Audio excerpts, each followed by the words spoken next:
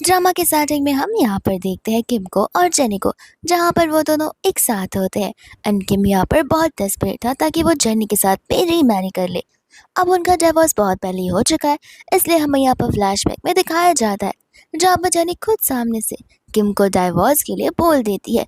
किम को यहाँ पर कुछ रीज़न पता नहीं होता, उसे लग रहा होता है कि शायद से फैमिली की वजह से यहाँ पर वो उसे डाइवोर्स देना चाहती है। जेनी कहती है कि नहीं, मेरे खुद के कुछ रीजंस हैं, जहाँ पर किम भी उसे बिना उसके कोई भी रीजन जाने हाँ कह देता है डाइवोर्स के लिए। जिसके बाद में यहाँ पर जेनी अपनी लॉयल फ्रेंड से उसे जाकर यहाँ पर कह देती है एग्रीमेंट्स बनाने के लिए। उसके फ्रेंड यहाँ पर कह रही होती कि लेकिन तुम तो उसे बहुत पहले से पसंद करती आ रही हो और अब फाइनली तुम दोनों की शादी भी हो गई थी, तो अब ऐसा क्या हो गया जो इतनी सी बात पर तुम्हें डिवोर्स लेना पड़ रहा है। तब यहाँ पर जेन्यू से समझाती है कि देखो, शादी अक्सर यहाँ पर दो लवेबल पर्सन के बीच में होती है। एंड हमें यहाँ पर उसका भी फ्लैशबैक दिखाया जाता है, जब यहाँ पर किम जो है किसी से तो बात कर रहा था। उस समय उसने उन इंसान से कहा था कि मैं ये शादी यहाँ पर सिर्फ अपने फैमिली की बेनिफिट के लिए कर जाऊँ। और ये बात यहाँ पर जेनी ने सुन ली थी और जेनी समझ चुकी थी कि उनके बीच यहाँ पर लव तो है ही नहीं, ये सब कुछ एक कॉन्ट्रैक्ट मैरिज जैसा है। एंड यहाँ पर हम प्रेजेंट में आते हैं जहाँ पर वो उसे एग्रीमेंट्स फाइल करने के लिए कह देती है। फिर बाद में हम यहाँ पर देखते हैं जेनी को, जहाँ पर वो जा रही थी अपने ऑफिस में। एंड जेनी यहाँ पर एक इंटरव्यूअर होती है, जहाँ पर उसकी स्टाफ आकर उसे बताने लग जाती है कि यहाँ पर तो मेन इंटरव्यू कैंसिल हो गया है, जो कि आज शेड्यूल था। और जेनी इस बात को जानकर बहुत ज़्यादा ही नर्वस हो जाती है, क्योंकि आज उन्हें कुछ भी कर शो को लाइव पे लेकर जाने का था। वहीं दूसरी ओर जेनी का मैनेजर यहाँ पर उस पर चिल्लाने लग जाता है कि तुम सभी लोगों से एक छोटा सा इंटरव्यू भी नहीं लिया जाता, और तुम्हें पता भी है कि इस इंटरव्यू की वजह से हमारी कंपनी पर कितना बड़ा इम्पैक्ट पड़ने वाला था। और अब सारे के सारे व्यूवर्स जो है बस अपना दिमाग लगाए बैठेंगे, लेकिन इंटरव्यू आने वाला तो है नहीं। जेनी यहाँ पर उनसे माफ़ी मांगने लग जाती है, ये कहते हुए कि एंड मौके पे यहाँ पर वो हमें डिच कर चले जाएंगे, हमें पता नहीं था। अगर पता होता तो हम यहाँ पर कॉन्ट्रैक्ट ऑलरेडी साइन करवा लेते। वहीं दूसरा यहाँ पर इसका मैनेजर कह देता है कि अब हम यहाँ पर मिस्टर किम का इंटरव्यू लेंगे, जहाँ पर जेनी उसे समझाती है कि मिस्टर किम के साथ इंटरव्यू लेना थोड़ा सा डिफिकल्ट हो सकता है। पर मैनेजर कहता है कि हमें नहीं पता, किसी भी हालत में उनके साथ इंटरव्यू शेड्यूल करो, ताकि यहाँ पर हमारी ब्रॉडकास्टिंग एक बार फिर से टॉप 1 पर आ सके। जिसके बाद यहाँ पर बाहर जाकर जेनी अपने सभी एम्प्लॉयज़ को समझाने लग जाती है कि किस तरीके से यहाँ पर उन्हें मिस्टर किम से इंटरव्यू शेड्यूल कराना होगा। एंड सभी लोग यहाँ पर काम में लग जाते हैं। वहीं दूसरी ओर स्टाफ आपस में बात कर रही होती है कि मिस्टर किम वही डेविल किम जिसे कोई आंख उठाकर भी नहीं देखता। तो इसकी फ्रेंड बोलते कि डेविल का तो पता नहीं, लेकिन किम दिखने में हैंडसम बहुत है, तो तुम सोचो कि उसका ऑरा कितना ज़्यादा होगा। वही दूसरा वो कह रही होती है कि डोरे मत डालो, क्योंकि मैंने सुना है कि स्कूल टाइम से यहाँ पर उसकी कोई गर्लफ्रेंड थी, लेकिन उसकी गर्लफ्रेंड अब्रॉड चली गई थी। जिसके बाद में वो अपनी गर्लफ्रेंड से इतना ज़्यादा फेथफुल था कि अभी तक उसने किसी और लड़की पर आग बिठाकर देखा नहीं है। एंड यहाँ पर जेनी उनकी सारी बातें सुन रही होती है। जिसके बाद में यहाँ पर इंटरव्यू के लिए सभी लोग रेडी हो जाते, बट यहाँ पर किम अभी तक आया नहीं होता है। यहाँ पर कोई भी उसका फिन पिक नहीं कर रहा था। सभी लोग यहाँ पर घबराने लग जाते कि कहीं मिस्टर किम भी हमें डिच ना कर दे। तो फिर यहाँ पर जेनी खुद उसे कॉल करने वाली थी, लेकिन इतने भी वहाँ पर किम आ जाता है। जिसके बाद यहाँ पर वो लोग इंटरव्यू की शुरुआत कर देते हैं। एंड एक नॉर्मल इकोनॉमिक क्वेश्चन पूछने के बाद यहाँ पर कुछ पर्सनल क्वेश्चंस भी होते हैं, जो कि यहाँ पर जेनी उससे पूछने लग जा रही थी। तब यहाँ पर किम बता रहा होता है कि हाँ, मेरी गर्लफ्रेंड थी, लेकिन मेरी शादी हो गई और अब मेरा डिवोर्स होने वाला है।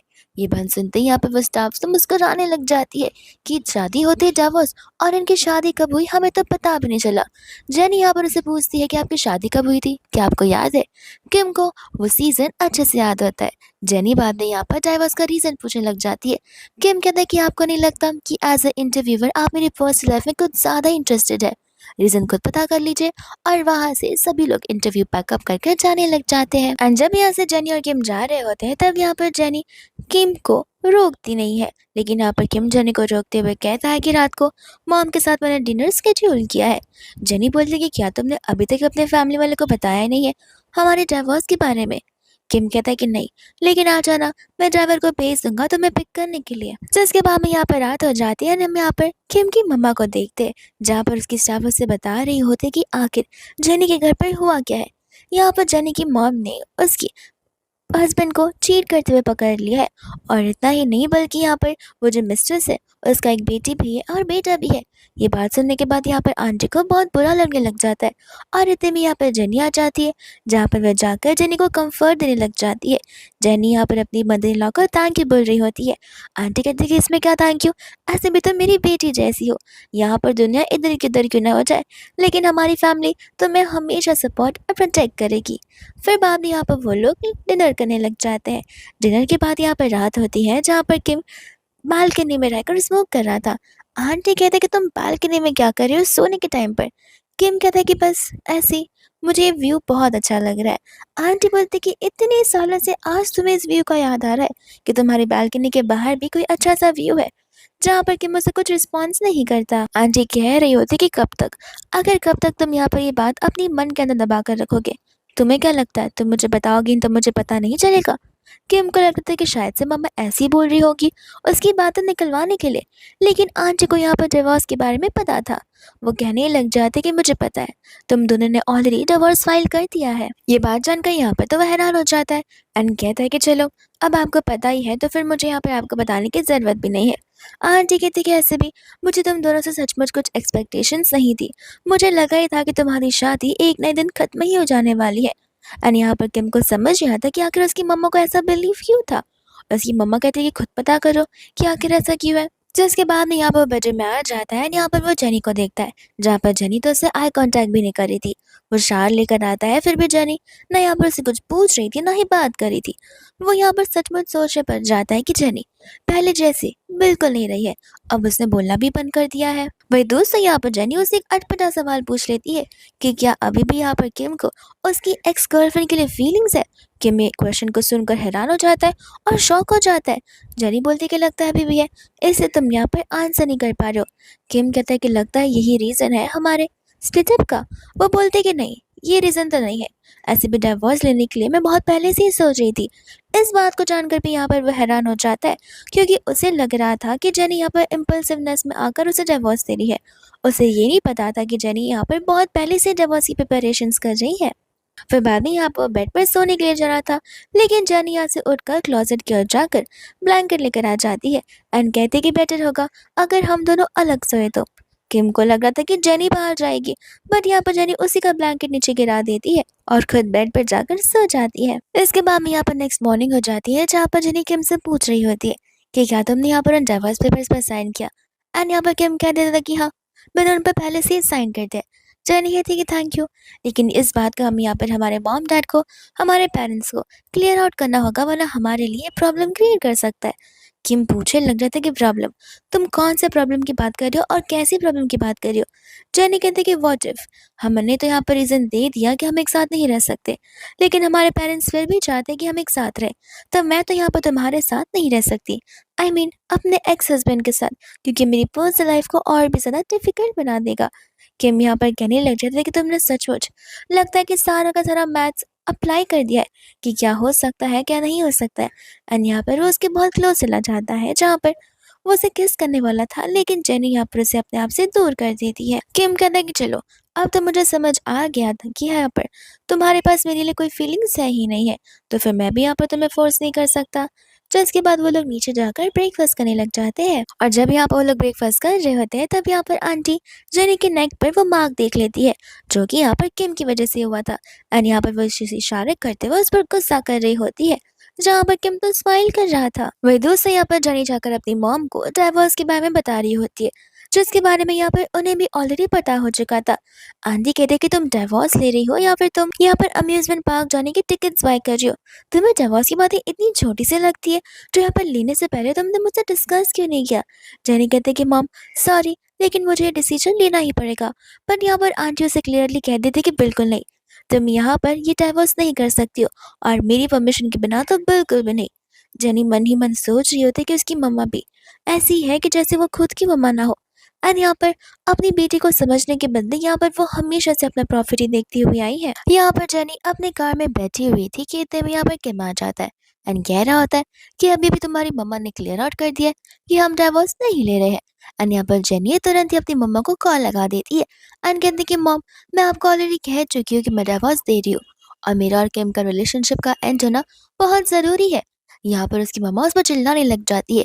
जेनी कहती है कि देखिए शादी आपने नहीं मैंने की है, तो डिसीजन मैं ले सकती हूँ। और आपको तो पता ही होगा कि मैं यहाँ पर एडमिन वाले लोगों के साथ कितना अच्छे से पहचान में हूँ। तब यहाँ पर किम सोच रहा होता है कि अभी मैं सोचूं कि यहाँ पर इससे डिवोर्स लेने की इतनी कौन सी घाई है। लगता है यहाँ पर एडमिन में कुछ तो बात है।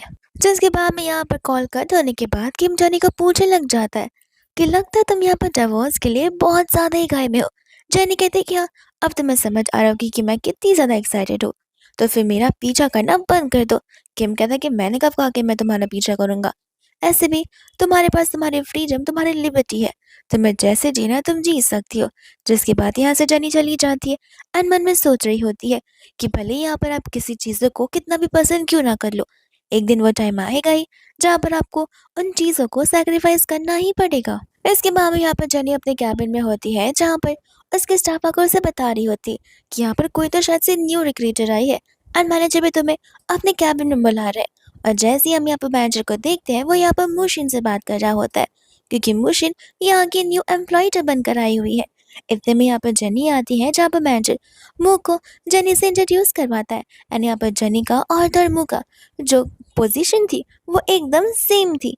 इसलिए यहाँ पर जेनी हैरान हो जाती है कि मुझ में ऐसी क्या कमी थी कि अब यहाँ पर मुँह को हायर करना पड़ा। लेकिन फिर भी आप वो मुँह को बड़े अच्छे से ग्रीट करती है और उन दोनों को देखकर ऐसा लग रहा था कि जैसे वो दोनों एक दूसरे को बहुत पहले से जानते हो। जिसके बाद में यहाँ पर जेनी कैफेटेरिया में होती है, वहाँ पर वो आकर उसे पूछने लग जाती है कि लगता है यहाँ पर मैनेजर को तुम्हारे फैमिली बैकग्राउंड के बारे में नहीं पता है। जेनी कहती है कि हाँ, और प्लीज किसी को बताना मत। फिर बाद में यहाँ पर वो उसके और किम के बारे में पूछ रही होती है और यहाँ पर जेनी क्लियरली कह देती है कि मेरे और किम के बीच डिवोर्स हो चुका है, जो कि कल ही साइन हुआ था। वो कहते हैं कि सॉरी, मुझे सुनकर बहुत बुरा लग रहा है। लेकिन न जाने क्यों यहाँ पर मुंह के फेस पर एक अलग सी स्माइल होती है। इतने में यहाँ पर वो उसे आफ्टर ऑफिस मिलने के लिए कह रही थी, किसी वेडिंग हॉल की प्रिपरेशन के लिए। बट यहाँ पर जेनी उसे मना कर देती है ये कहते हुए कि वो बिजी है। इसके बाद में हम यहाँ पर देखते हैं उन दोनों को, यानी कि जेनी को और धर्मिनी को, जहाँ पर वो दोनों क्लब पे बैठकर ड्रिंक कर रहे होते। मिनी को तो यहाँ पर किम के ऊपर बड़ा गुस्सा आ रहा था एंड यहाँ पर वो उसे एक फोटो दिखा रही थी, जो फोटो यहाँ पर इंटरनेट पे वायरल हो गई है कि मिस्टर किम यहाँ पर अपनी वेरी सो लॉन्ग गर्लफ्रेंड को पिक करने के लिए आए हुए हैं। एंड यहाँ पर जेनी को भी वो फोटो दिखाने लग जाती है।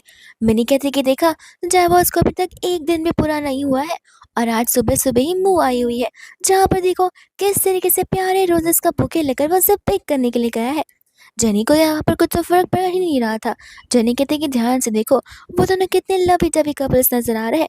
मिनी कहती कि मैंने तो तुम्हें पहले से कहा था कि वो सचमुच किसी और से प्यार करता है, लेकिन तुम्हें लग रहा था कि नहीं, उसकी लाइफ में तो कुछ है नहीं। और अब देखो, शादी के बाद तुम्हें तो डाइवर्स करना ही पड़ा। इतने में यहाँ पर उन्हें मुंह की आवाज़ सुनाई देने लग जाती है एंड यहाँ पर मुंह भी आई हुई होती है किम के साथ में सेम क्लब में, जहाँ पर पार्टीशन लगा हुआ होता है। यहाँ पर सिर्फ वो लोग उनकी आवाज़ को सुन पा रहे थे। वो यहाँ पर किम से कह रही होती कि मैंने सुना है तुम्हारा और जेनी का कल ही एग्रीमेंट साइन हुआ है, वो भी डाइवोर्स का। तो फिर क्या तुम मेरे पास वापस आ सकते हो? मैं अभी भी तुम्हें यहाँ पर उतना ही पसंद करती हूँ। लेकिन यहाँ पर किम उसे कह देता है कि देखो, वो तो खाली बस एक एग्रीमेंट है, लेकिन मेरे लिए अभी भी जेनी ही मेरी वाइफ है। एंड ऐसा बोलकर वहां से वो चला जाता है, जहाँ पर वो भी उसके पीछे पीछे जाने लगती है। मिनी कहती कि कैसे कुछ ज्यादा ड्रिंक कर लिया कि उसे समझ आया कि तुम दोनों का डाइवोर्स हो गया। अब न जाने कौन सा गेम खेलने की ये कोशिश कर रहा है। जिसके बाद में यहाँ पर वेदो से यहाँ पर मिन्यो से कह रही होती कि मुझे समझ नहीं आता कि पक्का वो दोनों तुम्हारे बायोलॉजिकल पेरेंट्स है ना, क्योंकि कोई अपनी बेटी की शादी पैसे के लिए कैसे कर सकता है, अपने बिजनेस को आगे बढ़ाने के लिए। माना कि बिजनेस को आगे बढ़ाना भी बहुत इंपॉर्टेंट है, लेकिन उसके लिए अपनी बेटी की खुशी को मारना, ये तो बहुत गलत बात है। इतने में यहाँ पर जेनी को ये बात ट्रिगर होने लगती है, जहाँ पर उसे बहुत पहले की याद आती है। यहाँ पर जेनी की मम्मा उसे बहुत मार रही थी, ये कहते हैं कि तुम अपने माँ के हस्बैंड को सेड्यूस कर रही हो, तुम कितनी ज्यादा बेवकूफ लड़की हो। एंड यहाँ पर वो जेनी पर शक कर रही थी, वो भी बहुत वियर्ड शक। जेनी यहाँ पर अपनी मॉम से बहुत कहती है कि गलती मेरी कुछ नहीं है, मैंने कुछ भी नहीं किया है। लेकिन उसकी मॉम उसे मारती रहती है और उसे पर इल्जाम लगा रही थी। हम यहाँ पर वापस से प्रेजेंट में आते हैं जहाँ पर जेनी को उसके एग्जीक्यूटिव मैनेजर का कॉल आ जाता है जो उसे कह रहा था कि मिस्टर किम कल आने वाले हैं, तो जाकर उन्हें पिक करना और उनके साथ एक्सक्लूसिव इंटरव्यू करना, जहाँ पर जेनी को तो हाँ बोलना ही पड़ता है। जिसके बाद में यहाँ पर नेक्स्ट डे वो लोग एयरपोर्ट पर वेट कर रहे होते हैं क्योंकि यहाँ पर उन्हें एक साथ ट्रिप पर जाकर इंटरव्यू जो करना था। जेनी और यहाँ पर उसकी असिस्टेंट वेट कर रहे होते हैं कि इतने में यहाँ पर किम आ जाता है, लेकिन उस कार के बाहर यहाँ पर किम के साथ में मूव भी होती है, जहाँ पर जेनी की असिस्टेंट कहने लग जाती है कि इनके डिवोर्स को तो शायद 1-2 दिन हो गए हैं और मुँह यहाँ पर इनके साथ क्या करिए, जहाँ पर मुँह जानबूझकर किम से कहती कि तुम्हारे नेक पर कुछ लगा है और ऐसे एंगल से खड़ी होती कि जैसे दूसरी ओर से लग रहा हो कि वो दोनों यहाँ पर एक दूसरे को किस कर रहे, लेकिन यहाँ पर किम उसे पीछे हटाकर वहाँ से जाने लग जाता है, जहाँ पर मुँह जेनी के पास चली जाती है एंड कहती कि लगता है तो मैं मैनेजिंग डायरेक्टर ने बताया नहीं है कि इस इंटरव्यू वाले ट्रिप पर मैं भी तुम्हारे साथ हूँ। जेनी बोलती कोई बात नहीं, मुझे यहाँ पर अनवांटेड ऑब्स्टिकल्स की आदत है, जिसके बाद में यहाँ पर मुँह से बता रही होती कि माफ़ करना, वो क्या है ना मिस्टर किम इकोनॉमी क्लास में फ्लाई नहीं कर सकते, इसलिए मैंने उनके और मेरे बिजनेस टिकट्स को जो है बिजनेस क्लास कर दिया है और वो भी नहीं चाहते कि मैं अनकंफर्टेबली ट्रैवल करूं, इसलिए मेरा भी कंफर्ट वो ध्यान रखते हैं, तो तुम चाहो तो मैं उनसे बोल के तुम्हारा भी शिफ्ट चेंज करवा सकती हूँ। जानी बोलती है कि ज़रूरत नहीं है, अगर चेंज करवाना होगा तो वो मैं खुद कर लूँगी क्योंकि मेरे पास इनफ पैसे अपने आप पर खर्च करने के लिए। एंड यहाँ से वो जाने लग जाती है जहाँ पर किम आ जाता है और यहाँ पर मुँह उसे पकड़ कर कहने लग जाती है कि लगता है यहाँ पर जनी ने हमारे बीच मिसअंडरस्टैंडिंग रख ली है, तो फिर तुम जनी को जाकर बोल नहीं सकते हो क्या कि हम दोनों सिर्फ फ्रेंड्स हैं। किम कहता है कि अगर मेरी वाइफ को प्रॉब्लम होगी तो वो खुद मेरे पास आकर बात कर लेंगी, मुझे ज़्यादा फिक्र करने की ज़रूरत है नहीं। एंड यहाँ से वो चला जाता है। दोस्तों यहाँ पर वो लोग होटल रूम के लॉबी में बैठकर यहाँ पर किम का इंतजार कर रहे होते, बट किम अभी तक आया नहीं था। असिस्टेंट कहते कि मुझे तो लगता है कि मुँह यहाँ पर सारा का सारा लाइमलाइट लेना चाहती है। जब मैं यहाँ पर लॉबी में आ रही थी तब मैंने यहाँ पर उसे किम के दरवाजे के बाहर खड़ा हुआ देखा था। इतने में यहाँ पर वो मुझसे कॉल कर पूछती है कि इंटरव्यू की शुरुआत करनी भी है या फिर नहीं। वो कहते कि वो तो मैंने ऑलरेडी किम के साथ ले लिया है, अब तुम आगे के प्रोसेस तो कर सकती हो, लेकिन यहाँ पर जेनी उसे कुछ नहीं कहती है। इतने में यहाँ पर रात हो जाती है जहाँ पर जेनी अपना काम कर रही होती है एंड यहाँ पर उसके डोर पर कोई आ जाता है जो कि कोई और नहीं बल्कि किम ही होता है।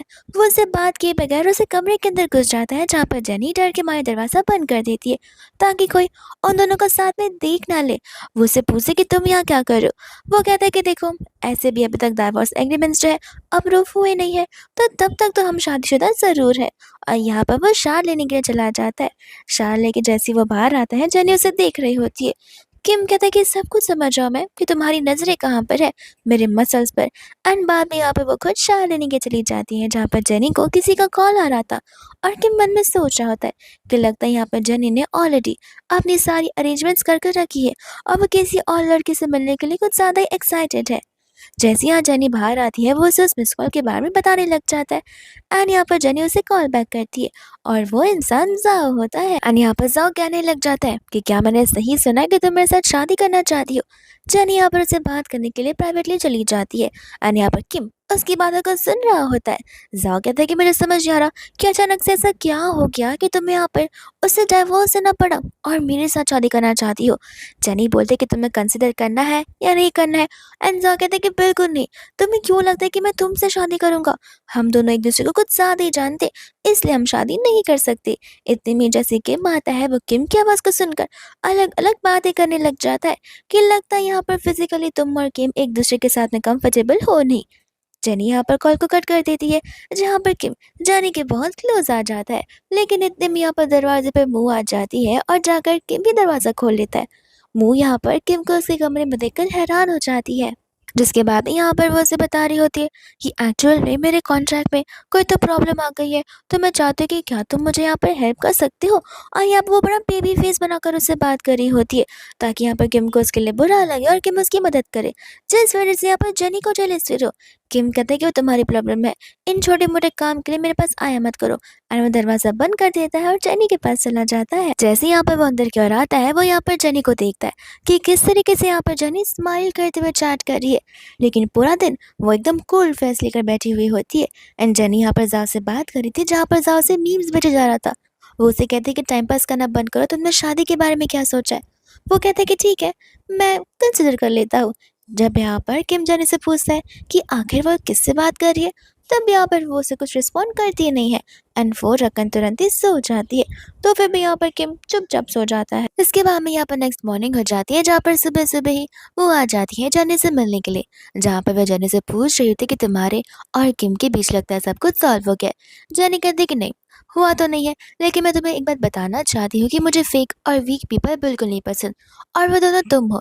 तो फिर तुम ये तो बात मान लो कि हम दोनों फ्रेंड्स नहीं बन सकते, तो फिर तुम्हें मुझे ज़्यादा प्लीज़ करने की ज़रूरत नहीं है।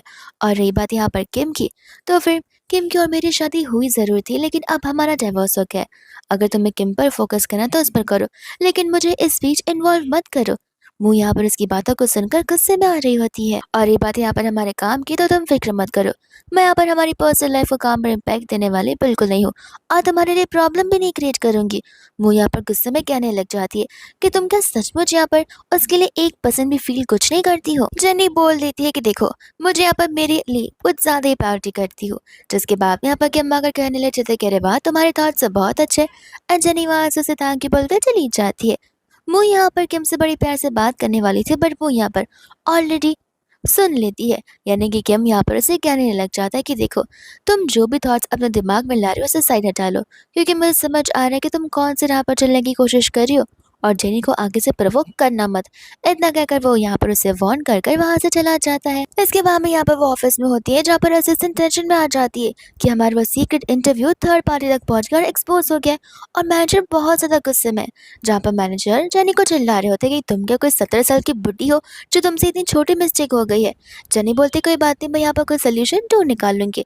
मैनेजर कहता है कि नहीं, अब मुझे एक्सक्लूसिव इंटरव्यू चाहिए, वो भी तुम करोगी किम के साथ में। जिसके बाद में यहाँ पर वो किम को इंटरव्यू के लिए टेक्स्ट कर रही होती है, ये कहते हुए कि प्रीवियस व्लॉग में कुछ मिस्टेक्स हो गई थी। किम यहाँ पर मना कर देता है, कहता है कि मैं हाँ बोलूँगा, लेकिन मुझे क्या मिलेगा। जेनी पूछते कि तुम्हें चाहिए क्या। तब यहाँ पर वो उसे लिख के भेजता है कि मुझे तुम चाहिए। एंड जेनी यहाँ पर उससे अग्री नहीं कर रही होती है। असिस्टेंट कहने लग जाती कि लगता है ये सब कुछ मेरी वजह से हो रहा है, मैंने फाइल्स यहाँ की वहाँ कर दी थी इस वजह से, तो इस डिलीवरी पर्सन ने तो कोई गलत फाइल नहीं पहुँचा दी होगी ना। जेनी बोलती कि तुम फिक्र मत करो, मैं हैंडल कर लूँगी। तो उसे यहाँ पर किम जेनी को अपने एक वेन्यू पर बुला लेता है। जेनी बोलती कि मैं नहीं आ सकती क्योंकि मैं तुम्हारी कंडीशन पूरी नहीं कर सकती हूँ। किम बोलता है कोई बात नहीं, ऐसे भी मैं तुम्हारा फायदा थोड़ी ना लेने वाला हूँ। लेकिन हम यहाँ पर देखते हैं किम को, जहाँ पर हान उसके साथ होता है, एंड हान यहाँ पर उसके फोन से जेनी को रिप्लाई कर रहा था। किम कहता है कि क्या मैंने तुम्हें कहा ये सब लिखने के लिए। वो बोलते कि ज्यादा उत्सुक मत हो, तुम्हारी शक्ल से नजर आता है कि अगर जेनी ने यहाँ पर तुमसे पूछा होता तो तुम तुरंत ही उसे हाँ कह देते, और अब मैंने इतना अच्छा मौका दिया ही है तो जाओ जाकर मिल लो। इसके बाद में यहाँ पर वो उसका इंटरव्यू लेने के लिए चली जाती है, जहाँ पर किम उसे अंदर बुलाता है। एंड यहाँ पर वो रिकॉर्डर को ऑन कर लेती है ताकि किम यहाँ पर कोई भी पर्सनल टॉक्स ना कर सके, लेकिन किम जरूर करता है। जैसे ही जेनी क्वेश्चन पूछना शुरू करती है, किम का आंसर बिजनेस से शुरू तो होता है, लेकिन पर्सनल टॉक्स में खत्म हो जाता है। जेनी उसे वार्निंग देती है, एंड यहाँ पर किम उसे अपनी ओर खींच लेता है। कहता है कि लगता है तुम यहाँ पर भूल रही हो कि तुम किस तरीके से मुझे बचाया करती थी। एंड हमें उस दिन का फ्लैशबैक दिखाया जाता है जिस दिन वो अपनी एक मीटिंग में था, वो भी क्लब में, जहाँ पर उसे कुछ ज़्यादा ही ड्रिंक कर लिया था। एंड यहाँ पर उसकी स्टाफ उसे कहीं तो लेकर जा रही थी, लेकिन तभी यहाँ पर जेनी आ गई थी, जहाँ पर उसने उस स्टाफ को फायर कर दिया था। और यहाँ पर किम उसे पूछ रहा होता है कि क्या तुम मुझे लाइक भी करती हो, और जेनी तो यहाँ पर उसे किसी करने लग जाती है। फिर हम वहाँ पर वापस से प्रेजेंट में आते हैं, जहाँ पर जेनी उसे कहती है कि मैं इंटरव्यू ले रही हूँ, मुझे छोड़ो और प्रोफेशनल बनो। किम कहते हैं कि सॉरी, फिलहाल तो प्रोफेशनल मैं बन नहीं सकता हूँ, क्योंकि वर्किंग आवर्स खत्म हो गए, तो मैं ऐसे इंटरव्यू लेना होगा। जिसके बाद में यहाँ पर वो उसे इंटरव्यू लेती है और यहाँ से जाने लगती है। तब यहाँ पर किम उससे पूछता है कि ज़रा मुझे डाइवोर्स का रीज़न तो बताना, मैं जानना चाहती हूँ कि क्या मैं इतना ज़्यादा बुरा हूँ कि तुम मेरे साथ रह भी नहीं सकती। जेनी बोलने लग जाती कि रीज़न रीज़न तो कुछ है नहीं, लेकिन एक कपल्स ऐसे बिहेव नहीं करते। इतना कहकर वो जाने लगती है, लेकिन जाने से पहले यहाँ पर वो किम से कहती है कि कोई टाइम फिक्स कर लेना, जाकर हम यहाँ पर डाइवोर्स सर्टिफिकेट्स लेकर आ जाएंगे। एंड किम यहाँ पर उसे हाँ कह देता है। इसके बाद में यहाँ पर नेक्स्ट डे आ जाता है, जहाँ पर हान किम को बता रहा होता है कि तुम्हें ब्रेकिंग न्यूज़ पता भी चली है या फिर नहीं। तुम्हारी वाइफ, जिसका डाइवोर्स सर्टिफिकेट अभी तक आया भी ना हो, उसने शादी की बात करना शुरू कर लिए, वो भी एडमिन के साथ में। आखिर तुम क्या करोगे। किम कह रहा था कि रूमर्स भी तो हो सकता है। वो कहते कि नहीं मेरे भाई, ये रूमर्स नहीं है, अगर ज़्यादा रूमर्स लग रहे तो फिर जाओ जाकर तुम खुद पता लगा लो, या फिर तुम तो जेनी से बात करते ही हो, जो तुम यहाँ पर खुद जेनी को सामने से पूछ ही सकते हो। दूसरा यहाँ पर आ जाती है मोहस के ऑफिस में, एंड कहती कि लगता है यहाँ पर किम तुम्हारे साथ इंटरव्यू कर नहीं रहा है, अगर तुम चाहो तो मैं तुम्हारी मदद कर सकती हूँ। मेरे कहने पर किम यहाँ पर इंटरव्यू देने के लिए रेडी हो जाएगा। जेनी कहते कि इतनी तकलीफ लेने की ज़रूरत नहीं है, क्योंकि किम ने तुरंत ही एग्री कर दिया था और कल रात को मैं यहाँ पर उसके घर जाकर उसका इंटरव्यू भी लेकर आई हूँ। और ये बात सुनकर यहाँ पर मुँह को वापस से गुस्सा ही आने लग जाता है। इसके बाद में हम यहाँ पर जॉनी की मम्मा और किम को देखते हैं, जहाँ पर आंटी ने किम को स्पेशली बुलाया होता है ताकि वे पता लगा सके कि आखिर यहाँ पर डिवोर्स को किसने इनिशिएट किया था और क्या सच में जो लोग डिवोर्स लेने भी वाले हैं या फिर कैंसिल कर देंगे। इतने में यहाँ पर जेनी आ जाती है, जहाँ पर आंटी बोलती है कि तुम दोनों आपस में बात करो, लेकिन जेनी जल्दी से यहाँ पर स्टडी रूम में आ जाना। जैसे यहाँ पर जेनी स्टडी रूम में जाती है, वैसे यहाँ पर कुछ समय बाद वो वापस बाहर आती है, क्योंकि यहाँ पर वो अपने गालों को छुपा रही होती है, बिकॉज उसकी मम्मा ने यहाँ पर उसे थप्पड़ जो मारे थे। एंड किम इस चीज़ को यहाँ पर नोटिस कर लेता है, कहते हैं कि तुम यहाँ पर रहना ठीक नहीं रहेगा, तुम मेरे साथ मेरे घर चल सकती हो। एंड यहाँ पर वो उसे लेकर चला जाता है। इसके बाद में यहाँ पर रात हो जाती है, जहाँ पर वह अपने बाथरूम को पहन रही थी। किम कहता है कि ऐसे बिहेव करके जैसे कि हमारे बीच कभी कुछ हुआ ही ना हो। इतने में यहाँ पर जेनी उसे थैंक यू बोलने लग जाती है। एंड किम यहाँ पर उसे कह रहा होता है कि तुम्हें याद ना हो तो मैं तुम्हें याद दिलाना चाहता हूँ, सर्टिफिकेट्स अभी तक हमने लिया नहीं है, इसका मतलब ये है कि रिलेशनशिप अभी भी जाहिर है, तो होपफुली तुम चीट नहीं करोगी। इतना कहकर वो वहां से चला जाता है, जहाँ पर जेनी किम के दिए हुए मेडिसिन को डस्टबिन में ही फेंक देती है। इसके बाद में यहाँ पर नेक्स्ट डे होता है, जहाँ पर जेनी और मू जो है एलिवेटर का इंतजार कर रहे थे। इतने में यहाँ पर किम का असिस्टेंट बाहर निकलता है बुके ऑफ फ्लावर्स के साथ में, जो कि यहाँ पर वो मुँह को दे देता है। एंड जेनी यहाँ से जाने लग जाती है। वही दूसरी सभी लोग मुँह की तारीफ कर रहे होते कि देखा, लगता है यहाँ पर तुम्हारा बॉयफ्रेंड तुमसे बहुत लव करता है, आगे तुम लोग शादी कब कर रहे हो। इतने में यहाँ पर वो असिस्टेंट किम को कॉल करके बता रहा होता है कि जब मैं यहाँ पर मिसेस मू को फ्लावर्स देने के लिए आया था, तब आपकी वाइफ ने वो चीज़ देखा, क्योंकि वो भी वही खड़ी थी। किम कहता है कि क्या कहा तुमने, मैंने तुमसे कब कहा कि वो फ्लावर्स तुम्हें मुँह को देना है, वो फ्लावर्स तुम्हें यहाँ पर जेनी को देने थे। जिसके बाद में यहाँ पर वो उनसे माफ़ी मांगने लग जाता है और सोच रहा होता है कि सभी को तो ऐसा लगता है कि उनका डिवोर्स हो गया, वो यहाँ पर मुँह को पसंद करते हैं, लेकिन लगता है ये सब कुछ बस एक रूमर्स है। दोस्तों यहाँ पर जेनी अपने कार में बैठकर यहाँ पर अपने कैबिन का सीसीटीवी फुटेज देख रही होती है, जहाँ पर मुँह उसके लैपटॉप से छेड़खानी कर रही थी।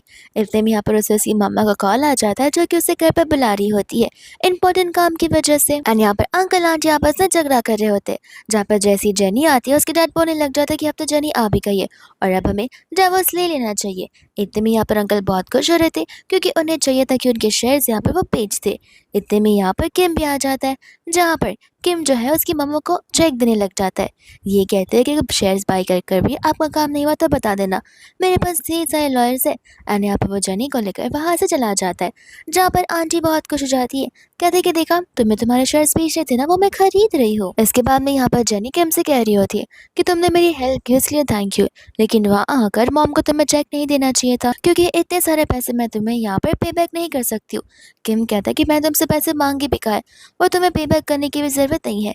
जेनी कहते कि देखो, हमारा डाइवोर्स किसी रीज़न की वजह से हुआ है, और डाइवोर्स की बात यहाँ पर कोई किसी की हेल्प इतनी करता नहीं है, फिर तुम्हें मेरे भी एफर्ट्स लगाने की ज़रूरत नहीं है। इसके बाद में यहाँ पर नेक्स्ट मॉर्निंग होती है, जहाँ पर उसकी फ्रेंड उसे तुरंत ही न्यूज़ देखने के लिए कहती है, और यहाँ पर एक बार फिर से उनका ये इंटरव्यू लीक हो चुका था। जेनी को पता होता है कि आखिर यहाँ पर ऐसा कौन कर रहा है। इतने में उसका मैनेजर उसे मिलने के लिए बुला देता है, और वो उससे बड़े प्यार से बात करता है कि देखो, अब हमें तो पता ही है कि गलती अक्सर न्यू कमर से होती है, तो फिर ये सारा ब्लेम तुम क्यों नहीं ले लेती, ऐसे में तुम यहाँ पर बहुत एक्सपीरियंस्ड हो। जेनी कह रही होती कि लगाई था मुझे, और मैं ये भी समझ चुकी कि तुम यहाँ पर मुँह की तरफ से हो, इसलिए मैं यहाँ से रिज़ाइन कर रही हूँ, क्योंकि ऐसे लोगों के साथ काम करना मैं बिल्कुल नहीं चाहती हूँ। और वहाँ से वह जाने लग जाती है, जितने में उसके मैनेजर को कॉल तक आ जाता है कि आपकी जो और जेनी की जो भी बात हुई है, उसकी वॉइस रिकॉर्डिंग जेनी ने लीक कर दी है। एंड यहाँ पर उसका बॉस गुस्से में आ रहा होता है, लेकिन सभी लोग उसे रोक रहे होते हैं। एंड जेनी ने यहाँ पर अपने खुद के मैनेजर को एक्सपोज कर दिया था कि किस तरीके से वो लोग ऑफिस पॉलिटिक्स खेल रहे हैं। इसके बाद में यहाँ पर किम घर पर होता है, जहाँ पर वो सोच रहा था कि उसे कभी पता नहीं था कि जेनी के लाइफ में इतनी सारी घर पे प्रॉब्लम चल रही होंगी। इतने में यहाँ पर वो जेनी को उसकी न्यू शादी के बारे में पूछने लग जाता है। जेनी कहती कि जब फिक्स हो जाएगी तब तुम्हें भी इनविटेशन कार्ड दे दूंगी। किम कहते कि क्या सचमुच तुम्हें एक शादी मजाक लगती है। जेनी कहते कि तुम ये बात कह रहे हो, तुम्हें पता भी कि रियल शादी होती क्या है। किम कहते कि वो तो तुम्हें समझना चाहिए कि रियल शादी होती क्या है। एंड वो दोनों आंसर करने की बजाय या सोल्यूशन ढूंढने की बजाय एक दूसरे पर क्वेश्चन थोप रहे होते हैं। जेनी यहाँ पर क्लियरली किम से कह देती है कि तुमने जो यहाँ पर मेरी मम्मा को उस दिन चेक दिया था वो पैसे मैं तुम्हें बहुत जल्दी रिटर्न कर दूंगी, लेकिन इफ नेक्स्ट टाइम से मेरी मॉम तुम्हारे पास आती है हेल्प मांगते हुए, तो फिर तुम्हें मेरी मम्मा को ना कह देना है। और अगर तुमने हेल्प की उनकी, तो फिर उनकी रिस्पॉन्सिबिलिटी भी तुम ही लेना, मैं नहीं। जो इसके बाद में यहाँ पर किम कह रहा था कि ऐसे भी हम हमारा सर्टिफिकेट कल या परसों तक लेने चले जाएंगे, तो क्यों ना एक आखिरी बार हम यहाँ पर एज ए कपल अपनी ड्यूटीज निभाए। जो इसके बाद में वो दोनों मेकआउट करने लग जाते हैं। दूसरे यहाँ पर जेनी की सुन उसे कह रही होती है कि प्लीज प्लीज आप यहाँ से रिजाइन मत कीजिए और यहाँ से मत जाइए, हम यहाँ पे कोई सोल्यूशन ढूंढ लेंगे। जेनी कहते कि नहीं, रेजिग्नेशन ऑलरेडी सुबह सुबह मैंने सबमिट कर दिया, और ऐसे भी मैं यहाँ पर एनएफ कंपनी के साथ में वर्क करने के लिए जा रही हूँ। स्टाफ कहते कि एनएफ कंपनी, वो तो बहुत ज़्यादा स्ट्रिक्ट है, आप प्लीज़ वहाँ पर मत जाइए। जेनी मन में सोच रही होती कि एनएफ में जाकर वर्क करना उसके मिशन का एक हिस्सा है, ताकि यहाँ पर वो अपने आप पर ही एक बैकग्राउंड चेक कर सके, इसलिए यहाँ पर वह वर्क करना चाहती है। दूसरा हम यहाँ पर देखते हैं किम को, जो कि यहाँ पर हान के साथ में होता है। एंड हान यहाँ पर उसे कह रहा था कि लगता है तुम्हारा सर्टिफिकेट बहुत जल्दी आने वाला है। किम कहता है कि बातें करना बंद करो और तुम यहाँ पर जेनी के फैमिली का बैकग्राउंड चेक कर कर मुझे सारी हिस्ट्री बताओगे। तो इसके बाद में यहाँ पर हम उसकी मम्मा को देखते हैं, जहाँ पर उसकी मम्मा बड़ी खुश थी एंड जेनी से कह रही होती कि देखा, हुआ ना फायदा किम के साथ डाइवोर्स ना लेने का, इसलिए मैं तुमसे कहती कि उसे डाइवोर्स ना दो, वो हमारे फैमिली के बड़े काम आ सकता है। जेनी कहती कि नहीं, डाइवोर्स ऑलरेडी हो चुका है, और ऐसे भी किम से आपने जो 700 मिलियन लिए हैं डैड के शेयर्स बाय करने के लिए, वो हम उसे वापस लौटाने वाले हैं, जिसके लिए आपको थोड़े बहुत शेयर सेल करने पड़ेंगे। आंटी यहाँ पर गुस्से में अपने ग्लास को तोड़ ही देती है, कहती है कि तू पंखा, तुम मेरी बेटी हो ना, न जाने इतने अच्छे अच्छे ख्याल तुम्हारे दिमाग में आते कहाँ से। अपने बारे में सोचो और मेरे बारे में सोचो, दूसरे के बारे में सोचने की इतनी क्या ही ज़रूरत है।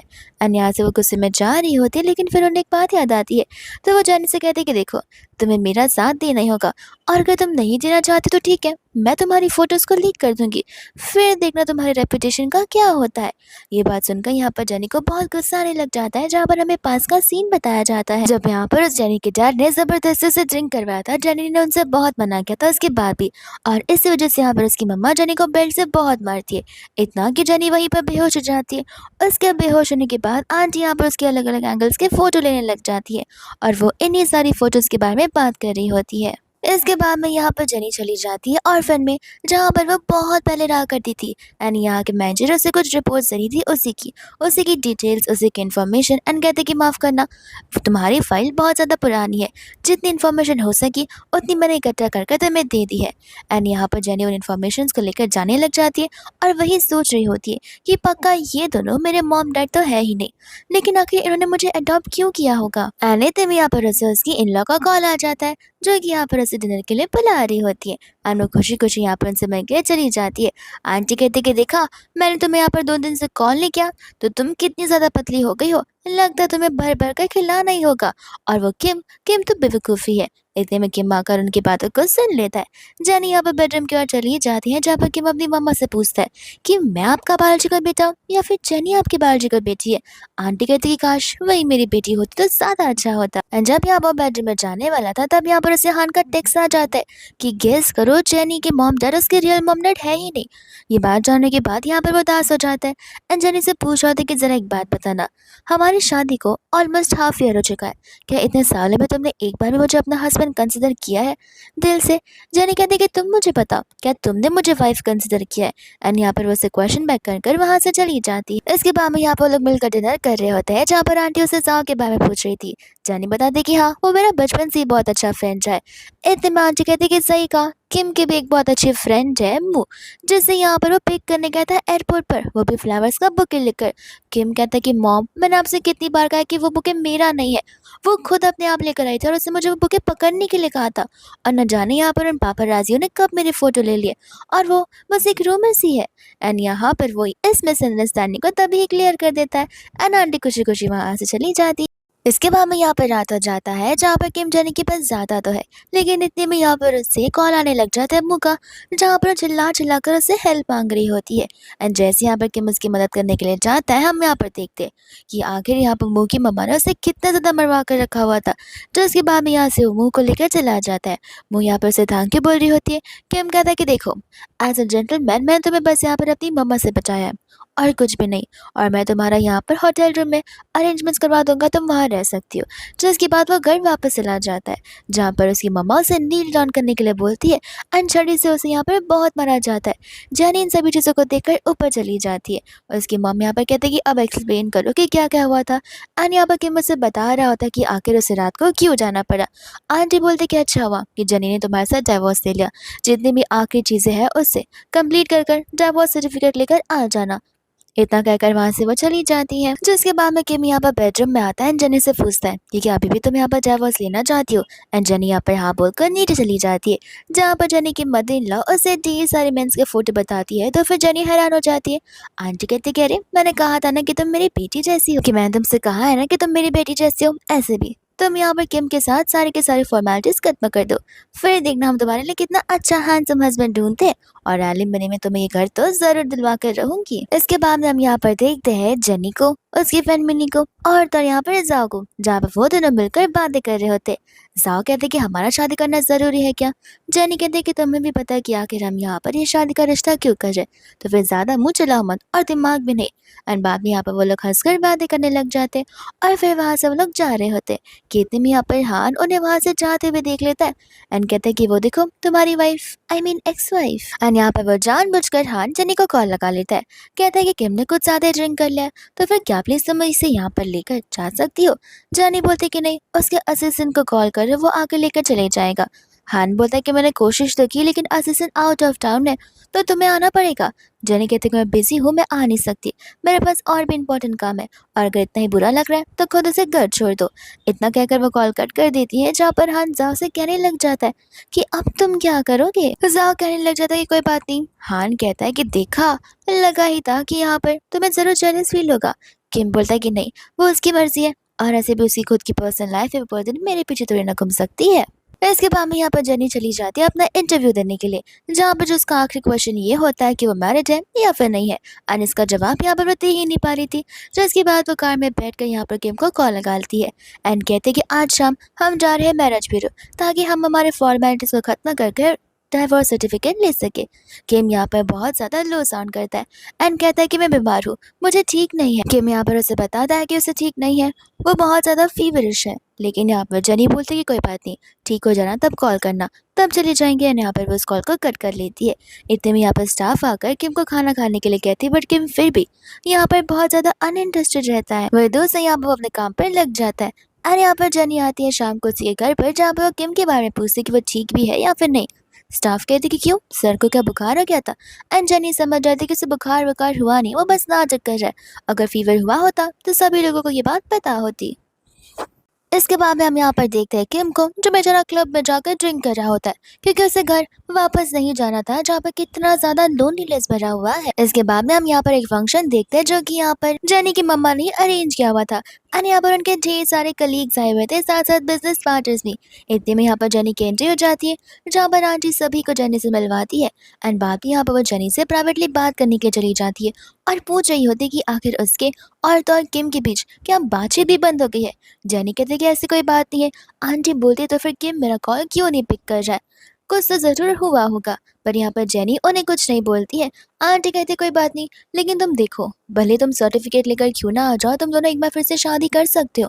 और तुम्हें जहाँ तक पता हो, किम से शादी करने के तो लड़कियां कितनी ज्यादा मरी जाती है, तो तुम खुद सोचो, अगर तुम्हारे साथ वापस से शादी कर रहा है तो फिर तुम कितनी ज्यादा लकी हो और फ्यूचर में भी सारी चीजें तुम्हें बहुत ज्यादा बेनिफिट करने वाली हैं। एंड वही दोस्तों, यहाँ पर सभी की नजर जो है पड़ जाती है मुंह पर, क्योंकि यहाँ पर वो नील डाउन कर अपनी मम्मा से माफी मांग रही होती है और ये मुंह का एक रास्ता होता है ताकि वो अपनी मम्मा के पिंजरे से बाहर निकल जाए। यहाँ पर वो अपनी मम्मा से कह रहे थे कि मुझे माफ कर देना, जिस दिन आप मुझे यहाँ पर पनिश करी थी उस दिन वहाँ पर किम मुझे बचाने के लिए आया था, लेकिन बस वो मुझे प्रोटेक्ट करना चाहता था।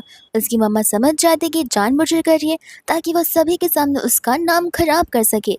इतने में यहाँ पर किम की एंट्री हो जाती है, जहाँ पर मुंह को लग रहा था कि किम उसके पास आएगा, लेकिन किम तो यहाँ पर जेनी के पास चला जाता है एंड यहाँ पर वो जेनी को अपना ब्लेजर दे देता है। जेनी कहती है कि मुँह देख रही है। किम कहते हैं कि तो उससे मुझे क्या फर्क पड़ता है, मुझे फर्क तो यहाँ पर तुमसे पड़ता है कि कितने सारे लड़कों की नजरें सिर्फ और सिर्फ तुम पर ही है। जेनी बोलते कि इसमें क्या हुआ, ऐसे भी मैं डिवोर्स्ड हूँ, तो फिर अगर वो लोग मुझसे बात भी करते हैं तो फिर भी मैं उनसे ज़रूर बात करूँगी। इतने में यहाँ पर जिन की एंट्री हो जाती है, जहाँ पर मूँ तो जिन को देखकर हैरान हो जाती है एंड जेनी वहाँ से जाने लग जाती है, जहाँ पर कुछ कलीग्स जेनी की तारीफ कर रहे होते हैं कि आज वो कितनी ज़्यादा ब्यूटीफुल लग रही है। फिर इसके बाद में यहाँ पर किम बालकनी में खड़ा होता है, जहाँ पर आ जाती है मूँ उससे पूछने के लिए कि क्या सचमुच तुम यहाँ पर मुझे चाहते नहीं हो। किम बोलता है कि तुम भूल रही हो मेरी वाइफ है, एंड बाद में यहाँ से वो उसे टकरा कर सीधा जेनी के पास चला जाता है, जहाँ पर वो जेनी को और उन दोनों के एक साथ देखकर वापस से जेलस फील करने लगती है। वही दूसरा किम देख रहा था कि क्यों, लगता है तुम्हें भी जेलस फील हो रहा है और तुम इस ड्रामे का बहुत मजा ले रही हो। जेनी कहती कि नहीं, मुझे तुम दोनों से कुछ फर्क पड़ता ही नहीं है। जेनी को समझ आ रहा था कि उसे कुछ ज्यादा ड्रिंक कर लिया और किम भी समझ जाता है, तो वो उसे यहाँ पर घर लेते हुए आ जाता है। इसके बाद वो यहाँ पर उसे घर लेकर पहुंचता है, जहाँ पर जेनी उसे अपने आप से दूर करती है एंड खुद ब खुद ही लुढ़क लुढ़क कर चल रही होती है। एंड यहाँ पर वो किम से पूछती है कि क्या तुम मेरे फोन के गो थ्रू हुए थे। किम कहता है कि हाँ, माफ करना, मुझे तुमसे एक बार पूछ लेना चाहिए था लेकिन मैंने तुम को चेक नहीं किया। जेनी बोलती कि ध्यान रहे अगली बार से ऐसा ना हो, क्योंकि हमारा डिवोर्स हो चुका है और अगर तुम्हारा बुखार उतर गया हो तो हमें जाकर यहाँ पर डिवोर्स सर्टिफिकेट लेना है, जहाँ पर किम उसे कल की डेट दे देता है। इसके बाद यहाँ पर नेक्स्ट मॉर्निंग हो जाती है, जहाँ पर जेनी किम के बारे में पूछ रही थी, तब स्टाफ बताती है कि वो तो सुबह सुबह यहाँ पर बिजनेस ट्रिप के लिए निकल गए। सचमुच यहाँ पर बॉस बहुत ज्यादा हार्ड वर्किंग है। आपको पता है, इतनी सुबह निकले कि उनकी आंखों के नीचे डार्क सर्कल्स और उनकी आईज पूरी रेड थी, लेकिन वो कभी भी काम करना बिल्कुल नहीं भूलते। जेनी यहाँ पर उनकी बातों को बस सुन रही होती है और मन में सोच रही होती है कि शायद इसी वजह से उसने मुझे आज की डेट दी थी ताकि वो यहाँ से भाग जाए। वही दूसरा में यहाँ पर किम को देखते हैं, जो कि जेनी का काम करने गया होता है एंड यहाँ पर वो उस गाँव में आ गया था जहाँ पर जेनी के रियल पेरेंट्स रहते हैं। यहाँ पर वो असिस्टेंट से कंफर्म करता है। असिस्टेंट कहता है कि हाँ, लेकिन इनकी फैमिली बहुत ज़्यादा वियर्ड है, बहुत ज़्यादा लेजी है, जहाँ पर इसका भाई भी है लेकिन वो बहुत अल्कोहलिक बन चुका है एंड शायद से उनके डैड गैम्बलिंग भी करते हैं और मैंने सुना कि उन्होंने अपनी बेटी को पैसे के लिए बेच दिया था। ये बात सुनते ही यहाँ पर किम को बहुत बुरा लगने लग जाता है, क्योंकि अगर जेनी अपने रियल पेरेंट्स को भी ढूंढ लेगी और ये बात जान लेगी तो उसे ऑफ कोर्स अच्छा नहीं लगेगा। इतने में यहाँ पर जेनी को किम का कॉल आ जाता है, जिससे पूछ रही होती है कि तुम कहाँ हो। वो कहते कि बस इंपॉर्टेंट मीटिंग के लिए बिजनेस ट्रिप पर आया हूँ। एंड यहाँ पर वो उसे कह देते कि ठीक है, जब घर आना तब बता देना, जाकर सर्टिफिकेट ले आएंगे। एंड यहीं पर वो कॉल को कट कर देती है। फिर इसके बाद में जेनी यहाँ पर बनी के साथ होती है, जहाँ पर मैंने उसे पूछ रही थी कि पेपर्स तो कब के भिजवा दिए, तुम्हारा सर्टिफिकेट कब आएगा। वो कहते कि बस जानबूझकर कोई तो इसे डिले किए जा रहा है। इतने में यहाँ पर उसे जाओ की ओर से कॉल आता है, जो चिल्ला रहा होता है कि मुझे मार देगा, जल्दी से मुझे बचा दो। जेनी यहाँ पर हैरान हो जाती है एंड यहाँ पर वो तुरंत ही किम को कॉल कर लेती है, जहाँ पर किम कह रहा होता है कि टेंशन मत लो, वो तुम्हारा बेस्ट फ्रेंड है, उसे मैं थोड़ी ना मार सकता हूँ। एंड यहाँ पर वो उसे क्लब में आने के लिए कह देता है और जेनी यहाँ पर जाओ के बारे में पूछती है, जहाँ पर जाओ को तो बहुत पीटा हुआ होता है, जिसके बाद में यहाँ पर जेनी उसे छोड़ने के लिए कहती है। किम बोलता है कि तुम पूछोगे नहीं कि उसने क्या किया है। जेनी बोलती है कि फर्क नहीं पड़ता। किम उसे बताता है कि वो ब्लाइंड डेट पर गया था तुमसे बिना बोले और तुमसे छुप छुपा कर। ये सुनने के बाद तो यहाँ पर मिनी को हंसी आ रही थी और साथ ही साथ यहाँ पर जेनी क्या ही बोलती, वो यहाँ पर उसे क्लियरली कह देती कि मुझे फर्क नहीं पड़ता लेकिन तुम उसे छोड़ो, वो मेरा फियांसे है। इतने में यहाँ पर किम का फ्रेंड उसे कह रहा होता है कि ब्रदर थोड़ा काम डाउन हो जाओ, एंड वो उसे ही काम डाउन कर देता है, जहाँ पर वो उसका सर टेबल से पटक देता है। और बाद में यहाँ से जेनी जाओ को लेकर जाने लग जाती है एंड किम को कहते हैं कि कल ट्यूसडे है या फिर नेक्स्ट ट्यूसडे पकड़ लो, इन दोनों में से कोई भी डेट फिक्स कर लो और चुपचाप आ जाना। और उस टाइम बहाना मत मारना कि मैं बिजनेस ट्रिप पर गया हूँ, क्योंकि जितना तुम भागते रहोगे उतना मैं यहाँ पर उस चीज़ को पास लाती रहूंगी, फिर सर्टिफिकेट सीधा तुम्हारे घर पर डिलीवर हो जाएगा अगर तुम नहीं आओगे तो। जिसके बाद यहाँ से वो चली जाते हैं। यहाँ पर किम को बहुत गुस्सा आ रहा था। वही दूसरा यहाँ पे मिनी जो है साव को देखकर हंसे जा रही थी, साथ साथ जेनी भी। तो फिर यहाँ पर लोग उससे पूछ रहे होते कि ऐसा हुआ क्या कि तुम्हें इतना मारा गया है। तब यहाँ पर वो उन्हें बताने लग जाता है कि वो यहाँ पर एक डेट फिक्स कर रहा था, जहाँ पर वो अपनी गर्लफ्रेंड को सरप्राइज करना चाहता था। तो उसने यहाँ पर म्यूजिशियंस को भी बुला कर रखा था और पीछे से किम ने आकर ये सब कुछ देख लिया था। और तब जाकर जाओ को याद आता है कि किम के अकॉर्डिंग तो मैं यहाँ पर जेनी से शादी कर रहा हूँ। और तब वो यहाँ पर उसे कह रहा होता है कि देखो, तुम जैसा सोच रहे हो वैसा नहीं है। इतने में यहाँ पर किम वायलिन को देखता है एंड कहता है कि तुम वायलिन प्ले करो और तुम म्यूजिक रोकना मत। और वो म्यूजिक से चलते चलते यहाँ पर वो उसे बहुत पीटता है। इसके बाद में यहाँ पर जेनी घर जाती है, जहाँ पर स्टाफ उसे बताती है कि मैडम मू यहाँ पर आई हुई है। जहाँ पर मुँह को देखकर वो किम को कॉल लगाने लग जाती है। इतने में यहाँ पर मुँह कहते हैं कि देखो मुझे कुछ बात करनी है। जेनी बोलती है कि बोलो। वो उसे कहने लग जाते हैं कि देखो जेनी, तुम यहाँ पर एक सेल्फ इंडिपेंडेंट वुमन हो, तुम्हारे पास सारी चीजें हैं, लेकिन मैं तुमसे बहुत ज्यादा अलग हूँ। मेरे पास मेरी लाइफ में सिर्फ और सिर्फ किम ही है। इतने में यहाँ पर जेनी कॉल पर किम से कहती कि सुन लिया, आकर यहाँ पर अपने मैटर को खुद हैंडल करो, मेरे पास उतना टाइम नहीं है। और वह वहां से चली जाती है। जैसे यहाँ पर किम घर आता है, वो तो यहाँ पर उसे चिपकने लग जाती है। किम कहते हैं कि आखिर मैं तुमसे कितनी बार कहूँ कि मुझे यहाँ पर इंटरेस्ट नहीं है। वो कहती है कि देखो मुझे पता है कि तुम दोनों का डिवोर्स हो चुका है, इसका मतलब ये नहीं है कि तुम मूव ऑन नहीं हो सकते। किम बोलता है कि मैं यहाँ पर जेनी के साथ ही लाइफ टाइम स्टक रहूंगा, भले ही हम एज अ फ्रेंड या एज अ दुश्मन क्यों ना रहे। और अगर तुम्हें सीधी सीधी बात नहीं समझ आ रही तो मुझे और भी रास्ते पता है, जहाँ पर वो समझ जाती कि इसने आसानी से किम मानने वाला नहीं है, तब तक जब तक जेनी जिंदा है। इतने में यहाँ पर वो जेनी से मिलने के लिए चला जाता है और यहाँ पर वो उसे हक कर रहा होता है। और वो सचमुच बहुत डेस्परेटली रीजन जानना चाहता था कि ऐसा उसमें क्या कमी है कि जेनी यहाँ पर उसे छोड़ना चाहती है। इतने में उस असिस्टेंट का कॉल आ जाता है जो कि उसके जेनी के पेरेंट्स के बारे में उसे बता रहा होता है। इतने में यहाँ पर जेनी दरवाजे को बंद ही कर देती है। वही दूसरा हम यहाँ पर देखते हैं मुंह को, जिससे मिलने के लिए जिन आ चुका था। यहाँ पर उसे लग रहा होता है कि शायद से उसका भाई उसे पिक करना है, लेकिन उसका भाई उसका गला दबाने लग जाता है एंड कहता है कि किम कोई ऐरा गहरा इंसान नहीं है जिसके साथ हम यहाँ पर पंगा ले सकते। तो अभी बेहतर होगा अगर तुम अपने ख्याली पुलाव पकाना बंद कर दोगे तो, क्योंकि अगर मुझे पता चला कि फ्यूचर में तुमने उसे परेशान किया है तो याद रखना, तुम जैसी लड़की को मैं चुटकियों में घर से बाहर निकाल सकता हूँ। इसके बाद यहाँ पर फाइनली ट्यूसडे आ ही जाता है, जहाँ पर जेनी मैरिज ब्यूरो में उसका वेट कर रही थी। यहाँ पर वो किम को कॉल लगाई तो उसे लग रहा था कि किम आज भी नहीं आने वाला है, लेकिन किम वहीं पर आ जाता है, जहाँ पर बिना कुछ बोले वो लोग अपने सर्टिफिकेट को ले भी लेते और वो लोग वहां से चले भी जाते। जेनी को यहाँ पर उसकी मम्मा का कॉल आ जाता है, जो कि उसे यहाँ पर हान लेगेसी के बेटे हान से बात करने के लिए कहती है और एक साथ लंच करने के लिए बोलती है, जहाँ पर जेनी अपनी मम्मा को क्लियरली ना बोल देती है। आंटी कहते कि मैं तुम्हारी माँ हूँ, तुम मेरी माँ नहीं हो, जितना कहा है बस उतना कर दी रहो। ऐसे भी किम के साथ तो सर्टिफिकेट ले आई हो, तो अब क्या दिन भर कुंवारी रहना चाहती हो? जहाँ पर जेनी को अपनी बात मानते हुए यहाँ पर उनसे मिलने जाना ही पड़ता है। और बाद में यहाँ पर आंटी एक दूसरे को इंट्रोड्यूस कराने लग जाती है, जहाँ पर वो लोग जेनी को ऐसे ट्रीट कर रहे थे कि जेनी एक टिपिकल हाउसवाइफ हो, ना ऑफिस जाना ना कुछ करना, बस दिन भर हान का ध्यान रखना। और यहाँ पर हान उसे वाइन पोर करने के लिए कहता है। इतने में यहाँ पर किम आ जाता है, जहाँ पर वो किम को देखकर बहुत घबराने लग जाता है और यहाँ पर वो उसे माफी मांग रहा था। किम कहता है कि लगता है तुम्हें बहुत ज्यादा आदत है मेरी वाइफ से काम कराने की। और यहाँ पर वो आंटी की तरफ देखने लग जाता है, जहाँ पर कहता है कि माफ करना जेनी, ये सारे काम करने के लिए तो यहाँ बिल्कुल नहीं आई है। और वह आराम से यहाँ पर उसे चेयर पर बैठा देता है। फिर इसके बाद में यहाँ पर हम देखते हैं जेनी को, जहाँ पर उसकी असिस्टेंट बता रही होती है कि यहाँ पर मुझे पता चला है कि मिस्टर किम आपकी मदद किए जा रहे हैं, यानी कि वो आपके बायोलॉजिकल पेरेंट्स को ढूंढ रहे हैं। इतना ही नहीं, यहाँ पर उन्हें आपके बारे में पता चल गया है कि आपके वो रियल पेरेंट्स है ही नहीं। जिसके बाद में यहाँ पर जेनी सोचे पड़ जाती है कि आखिर वैसा क्यों कर रहा है। अन्य यहाँ पर वो किम को टेक्स्ट कर देती है। वही दूसरा हम देवदास किम को देखते हैं, जो कि यहाँ पर क्लब में बैठकर ड्रिंक कर रहा होता है और एज यूजुअल उसका फ्रेंड हान आग में मिर्ची लगाने का काम कर रहा था, उसे प्रवोक कर रहा था। किम कह रहा तुम बचपन से बहुत नोटोरियस हो, तुम्हारे मुंह पर सचमुच कुछ लगा देना चाहिए ताकि तुम बोल ही ना पाओ। जिसके बाद में यहाँ पर से जेनी का टेक्स्ट आ जाता है और यहाँ से वो तुरंत ही भाग जाता है जेनी को मिलने के लिए। जेनी को देखते ही यहाँ पर वो उसे सबसे पहले बड़ी जोर से हक करता है और बड़े टाइटली। जेनी कहती कि पता है मुझे कि तुम्हें मेरे बारे में पता चल गया है कि वो मेरी फैमिली नहीं है, लेकिन मैं ये नहीं चाहती कि तुम मुझ पर यहाँ पर सिंपैथी दिखाओ, क्योंकि मुझे यहाँ पे ये सारी चीज़ें बिल्कुल पसंद नहीं है और ये मेरी बैटल मैं खुद लड़ लूंगी। किम कहता है कि नहीं, मैं तुम्हें हेल्प करके जाऊंगा। जेनी बोलती है कि जब तुम मेरे हस्बैंड थे तब मैंने तुमसे हेल्प नहीं मांगी, तब तुम्हें क्यों लगता है कि डिवोर्स के बाद मैं तुमसे हेल्प लूंगी? और ऐसे भी शुरुआत से हमारी शादी सिर्फ बिजनेस पर्पज के लिए हुई थी, तो बिजनेस पर्पज के लिए हमें यहाँ पे सारी चीज़ों को खत्म करना ही होगा। जहाँ पर किम उसे फाइनल किस कर देता है और तो रोने भी लग जाता है। इसके बाद में यहाँ पर जेनी बुला लेती है जाओ को उसकी अपनी प्यारी मम्मा से मिलने के लिए, यानी कि मदर इन लॉ ही, लेकिन अब वो उसे अपनी मम्मा बना चुकी है। जिसके बाद में यहाँ पर जाओ भी आ जाता है और तो यहाँ पर किम भी आ जाता है। इतने में यहाँ पर वो लोग अंदर बैठकर बात कर रहे होते हैं, जहाँ पर किम उनकी बातों को सुन रहा था। जैसे यहाँ पर किम अंदर आ जाता है, जाओ उसे देख कर तो बहुत ज्यादा डरने लग जाता है। आंटी कहती कि लगता है तुम दोनों एक दूसरे को बहुत पहले से जानते हो। किम कहता है कि हाँ मॉम, मेरा और जाओ का बहुत पुराना रिश्ता है।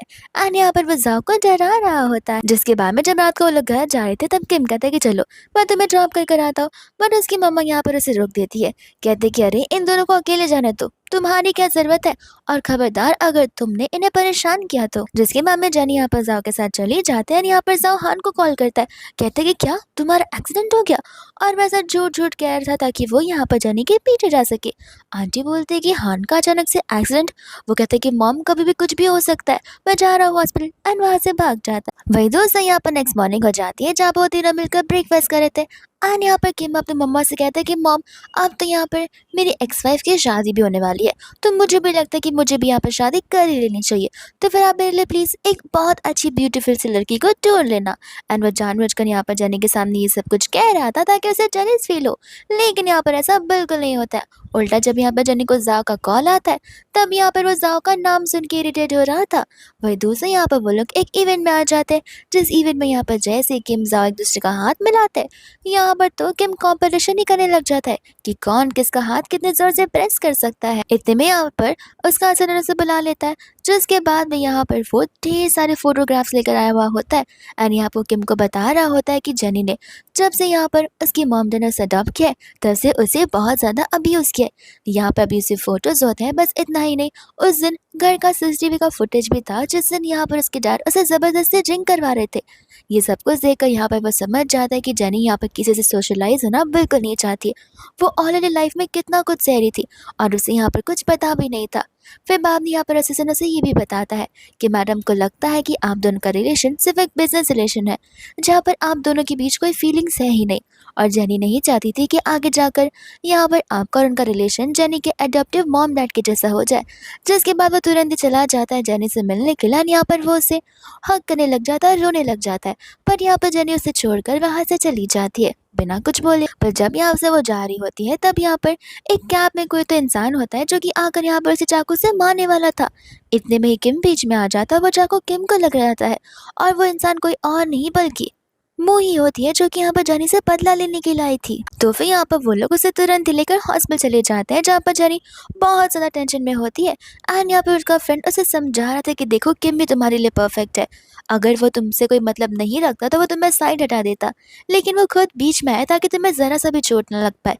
इतने में हम यहाँ पर उस इवेंट को देखते हैं जहाँ पर पुलिस ने ऑलरेडी मुँह को गिरफ्तार तो कर लिया था, लेकिन इवेंट में उसकी मॉम और डैड को भी गिरफ्तार करने के लिए आ गए थे, यानी कि जेनी के अडॉप्टिव मॉम डैड को। क्योंकि यहाँ पर किम ने ऑलरेडी सारी कंप्लेंट्स फाइल कर दी थी और उनके अगेंस्ट केम भी कर दिया था। दूसरा यहाँ पर जानी होती है जहाँ पर वो किम के साथ थी और यहाँ पर किम को थैंक यू बोल रही होती है। किम कह रहा होता है कि मुझे पता चल गया है कि इतने सालों से तुम क्या कुछ नहीं सही थी। एंड एक एक करके यहाँ पर वो उसे सारी बात बता रहा था और उससे प्रॉमिस कर रहा था कि अगर तुम मुझे मौका देती हो तो मैं मेक श्योर करूँगा कि हमारी स्टोरी बहुत डिफरेंट होगी। तुम जैसा सोच रहे हो वैसा बिल्कुल नहीं होने वाला है और तुम्हें आज मुझे हाँ कहने की कोई ज़रूरत नहीं है। तुम चाहो तो 1 हफ्ता, 1 साल या फिर 10 साल भी ले लो। मैं हमेशा तुम्हारा वेट करता रहूँगा। जहाँ पर जेनी उसकी बातों को सुनकर बहुत इमोशनल हो जाती है और अपनी पर्सपेक्टिव बताने लग जाती है कि मुझसे कहता है कि तुम फ़िक्र मत करो, मैं तुम्हें हमेशा प्रोटेक्ट करूँगा और सपोर्ट करूँगा। जहाँ पर वो उसके बहुत क्लोज़ आ जाता है और इसी के साथ यहाँ पर उनकी लाइफ़ की एक नई शुरुआत होती है और इस ड्रामा का यहीं पर एंड हो जाता है।